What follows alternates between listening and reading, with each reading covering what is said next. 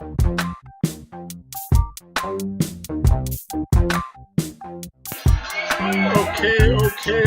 there it is. The final bell has rung, and it is a tough fight, folks. We're talking out of the cruiserweight quarterfinals, Masternak and Dorticos. I do have a winner. I'm doing my final round of points here. I gave the final round to Masternak, and I have this fight. Dorticos started really strong, a lot of power shots, and Dorticos was throwing a lot of power shots. Masternak was landing a lot of point shots. And as the fight started to go on, you see Dorticos' shots became a little arm slingy. You could totally tell he was exhausted. He was gassing out. But the fact that he's just a natural hard-hitting guy, his shots were still there, but they definitely didn't have the mustard on him a little more. But his shots went from technique throwing power shots to arm slinging power shots. And the whole fight, Masternak, like we talked about in the breakdown, he was going to move around, try to take away Dorticos' power by making his feet not be planted. It worked pretty much the way that we talked about. That's pretty much Masternak's plan. He scored a lot of point shots. I have this fight.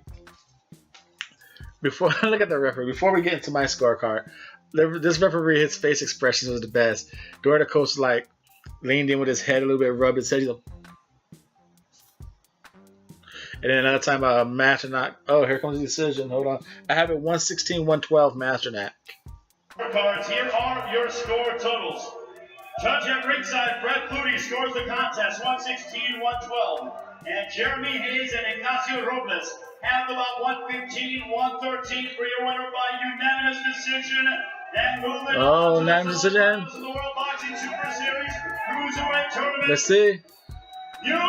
Oh, there it is. Hey, I got a lot of fights. Got a lot of fights wrong. Got a lot of fights today wrong. I scored a lot of L's today.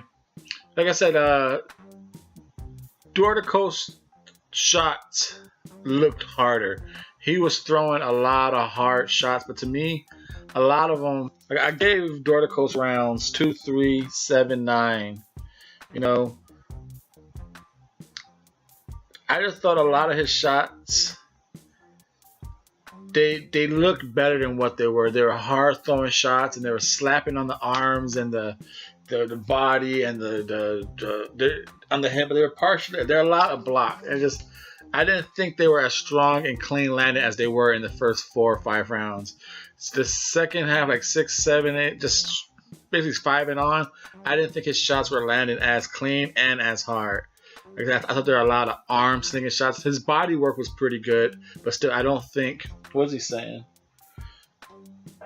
Bueno, la pelea estuvo muy dura. Me encantó la pelea. That's gonna be a tough fight for Tabiti.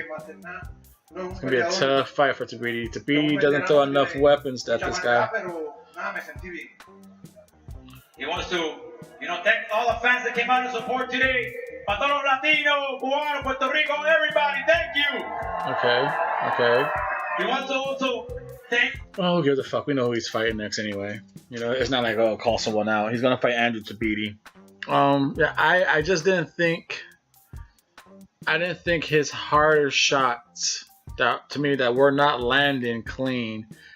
Did they look like they were fucking doing damage? Did they sound good? They did, but to me, Masternak was landing a whole lot of point scoring shots in between there. He had that like jab that just pushing pushing jabs a lot. I thought he outpointed. He didn't beat down Dorticos. He outpointed Dorticos. That's what I thought he did. But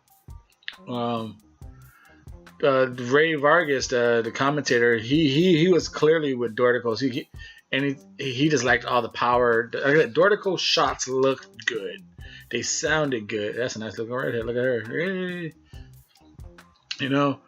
But Dorticos shots to me were not, again, they were not as clean points as it looked vicious on TV. He looked good, but the shots weren't landing. A lot of them were partially blocked. They're slapping body shots. Some body shots were vicious to Dorticos. They went back and showed that redhead. Fucking cameraman. Like I said, his body shots were more vicious to the 3-point scoring jabs that Masternak was landing, but I thought Masternak controlled the fight with his feet. Some rounds they could have given ring generalship that Dorticos was pressing it instead of Masternak using the ring. It was a tough one. But hey, 116, 112, 115, 113 for 2 scorecards. Dorticos moves on to fight Andrew Tabiti. We'll talk about that one on another breakdown prediction segment. October 20th, just a lot of L's. But you know what it is, a W? The motherfucking Double RT Boxing Show. Thank you for tuning in. Appreciate your support. Hey, as long as I ain't betting money on these damn things in real life, I don't care which ones I get wrong. Thank you for tuning in.